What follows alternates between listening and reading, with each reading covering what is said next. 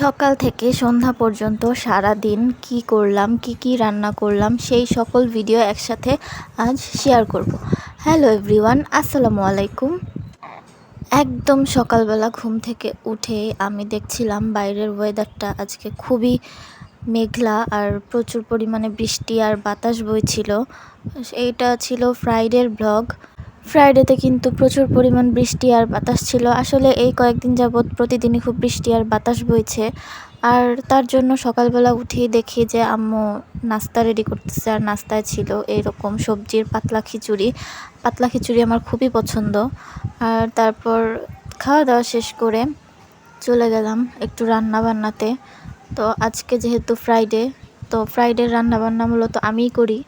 তো এখানে নিয়েছি চিকেন, আর চিকেন রান্না করার জন্য যা যা লাগবে সব মশলা আমি একসাথে পানি দিয়ে গুলিয়ে মিক্সড করে রেখেছি। আর এখানে পেঁয়াজ কাঁচামরিচ রেখেছি যেই আইটেমগুলো রান্না হবে সেইগুলোর জন্য।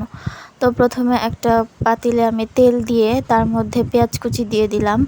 আর পেঁয়াজ কুচি দেওয়ার পর পেঁয়াজগুলোকে আমি হালকা বাদামি করে ভেজে নিব।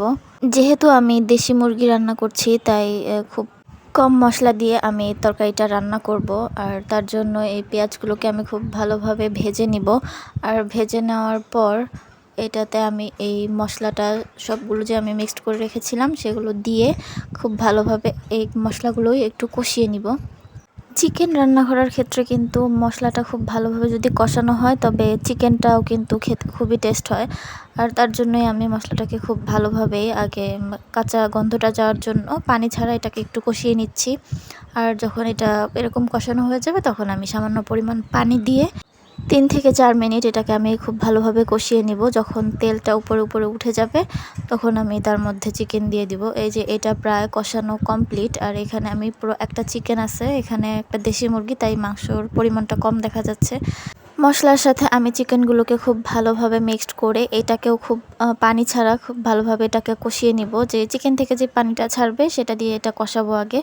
তারপর কষানো হয়ে গেলে এটাতে পরিমাণ মতো একটু পানি দিয়ে এটাকে ভালোভাবে আবার কষিয়ে নিব। এইটাতে এখন আমি পানি দিয়ে দিব পরিমাণ মতো, সামান্য পরিমাণ একটু পানি দিয়ে দিব। 2-3 মিনিট এটাকে খুব ভালোভাবে একটু জাল করে নিব। এরপর ফাইনাল আমি রান্নার জন্য যতটুকু ঝোল লাগবে সেই পরিমাণ পানি দিয়ে এটাকে রান্না করে নিব। চিকেনটা রান্না হয়ে গেলে আমি একটা কড়াই নিয়েছি, কড়াইতে সামান্য তেল দিয়ে এখানে আমি মাছের ডিম, বড় মাছ, সেই মাছের ডিম, পেঁয়াজ, কাঁচামরিচ, হলুদের গুঁড়া, মরিচের গুঁড়া, সামান্য ধনিয়ার গুঁড়া দিয়ে এটাকে আমি খুব ভালোভাবে একটু ভাজা ভাজা করে নিব। এটাকে আমি চিচিঙ্গা দিয়ে ভাজি করব, এই জন্য চিচিঙ্গা দিয়ে দিলাম এভাবে কেটে। মাছের ডিম দিয়ে কিন্তু এই চিচিঙ্গা ভাজি আমার খুব পছন্দের, এটা আমাদের বাসার সবাই পছন্দ করে অনেক। তাছাড়াও এই মাছের ডিমটা আলু দিয়ে ভাজি করলেও খুবই ভালো লাগে। আর এই পর্যায়ে আমি অন্য আরেকটা চুলায় এখানে চিচিঙ্গা দিয়ে ছোট মাছ দিয়ে একদম চচ্চড়ি করতে বসিয়ে দিয়েছি সব একসাথে মেখে। আর তারপর এদিক থেকে আমার চিচিঙ্গা ভাজিও শেষ। তারপর এই ছিল আমার দুপুরের খাওয়া দাওয়ার মেনু। বিকেলবেলা বাইরের ওয়েদারটা দেখতেছি একদম এত বাতাস আর এত জোরে বৃষ্টি হচ্ছিল।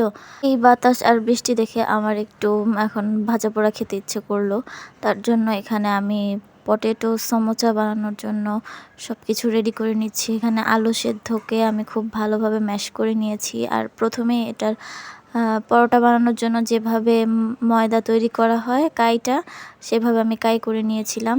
আর তারপর আলুটা যে ম্যাশ করে রেখেছি এখানে আমি সব ধরনের মশলা, গুঁড়ো মশলা আর কি একসাথে মিক্সড করে পরোটার যে ময়দার কাইটা করে রেখেছিলাম সেটাকে রুটির মতো বেলে আর তার চারপাশ থেকে একদম আলুর যে পেস্টটা আমি বানিয়ে রেখেছিলাম সেটাকে এভাবে লাগিয়ে দিয়ে এভাবে সুন্দরভাবে সাইজ করে কেটে নিয়ে আর এভাবে রোল রোল করে কেটে এটাকে এভাবে উঠিয়ে নিচ্ছিলাম।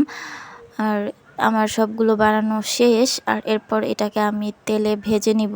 আর এটা সস দিয়ে খেতে খুবই টেস্ট। ঘরে থাকা নর্মাল কয়েকটা উপকরণ দিয়ে কিন্তু এটা তৈরি করে ফেলা যায়। আর এইরকম বৃষ্টি বাতাসের দিনে এরকম ভাজা পোড়া তো কোনো তুলনাই নেই। আজ এই পর্যন্তই, টাটা।